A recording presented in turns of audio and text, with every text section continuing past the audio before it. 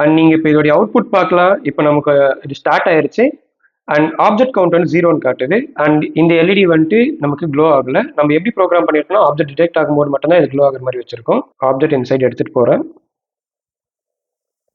Object detector 1 and நீங்கள் பார்க்கலாம் இந்த க்ரீன் கலர் லைட்டும் அந்த டைமில் எரியுது. ஆப்ஜெக்ட் டிடெக்டர் 2ன்னு வருது பார்க்கலாம். அந்த ப்ராஜெக்டை பண்ண தேவையான components Arduino Uno, IR sensor, OLED display and நான் வந்துட்டு ஆஃப் சைட் பிரெட் போர்டு எடுத்திருக்கேன். அண்ட் இதெல்லாம் கனெக்ட் பண்ணுறதுக்கு நான் மேல் டு மேல் ஜம்பர் வயர்ஸ் எடுத்திருக்கேன். ஓகே, வாங்க நம்ம இப்போ எப்படி கனெக்ட் பண்ணுறதுங்கிறத பார்க்கலாம். ஃபர்ஸ்ட் ஐஆர் சென்சார் எடுத்துக்கலாம். நம்ம ஐஆர் சென்சார் கனெக்ட் பண்ண 3 ஜம்பர் வயர்ஸ் தேவைப்படும். 3 மேல் டு மேல் ஜம்பர் வயர்ஸ் நமக்கு தேவைப்படும். இதோடைய விசிசி வந்து ஒயிட் கலர்.